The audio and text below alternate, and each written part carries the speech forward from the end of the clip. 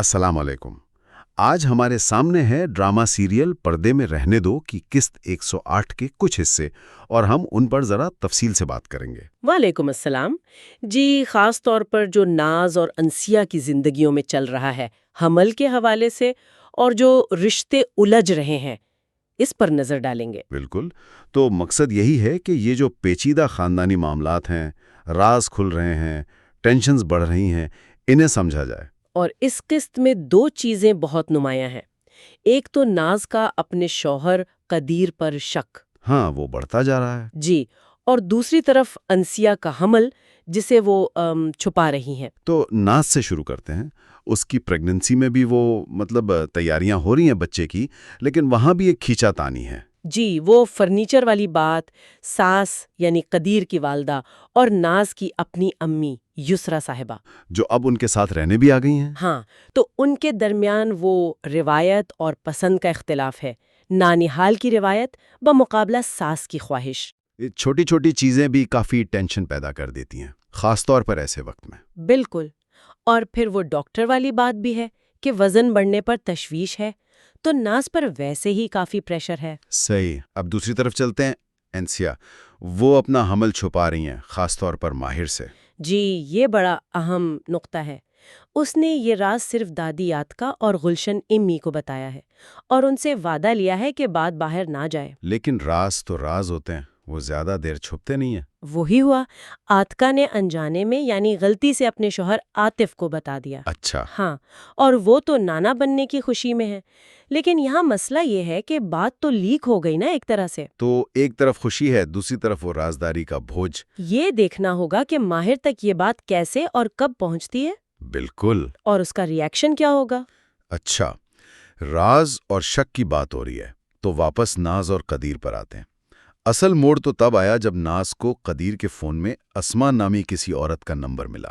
جی، وہیں سے شک کا بیج پڑا، اور پھر اس نے یہ پریشانی انسیہ اور فل سے شیئر بھی کی۔ اور وہاں پر وہ بحث چھڑ گئی کہ کیا مرد حمل کے دوران دھوکہ دے سکتے ہیں؟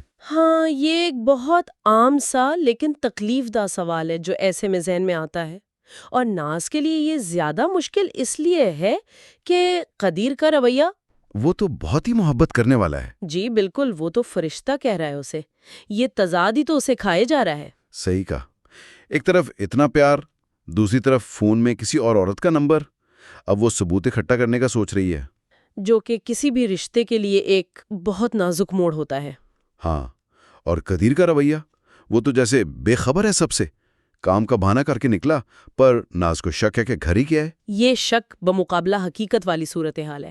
وہ شاید واقعی بے خبر ہو اور ناز کا وہم ہو، یا شاید نہ ہو، یہ تو آگے پتہ چلے گا۔ ان ساری ذاتی پریشانیوں کے بیچ خاندان میں بظاہر خوشی کے لمحات بھی ہیں۔ وہ ڈنر پارٹی، جی، جانسو کے دبئی پروجیکٹ کی منظوری اور ماہر کا ایوارڈ، اس کا جشن منایا جا رہا ہے۔ حالانکہ ماہر کے ایوارڈ کا کریڈٹ بھی وہ ایک طرح سے قدیر کی محنت کو دے رہے تھے۔ ہاں، یہ بھی ایک دلچسپ پہلو تھا، اور اس محفل میں باقی کرداروں کی جھلکیاں بھی ملیں۔ عاطف اور عاتکہ کی محبت، انہیں تو لیلا مجنو کہا جا رہا تھا۔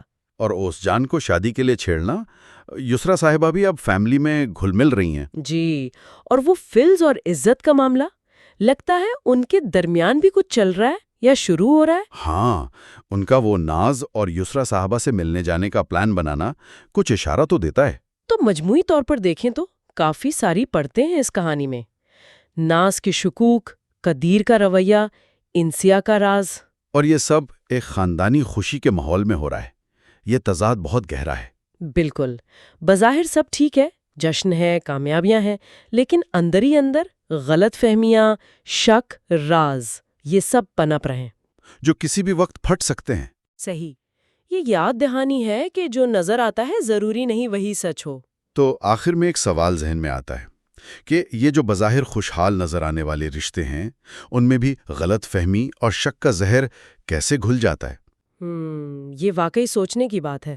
اتنی محبت اور کامیابیوں کے باوجود اعتماد میں کمی کیسے آ جاتی ہے، اور راز رکھنے کا بوجھ وہ رشتوں پر کیا اثر ڈالتا ہے؟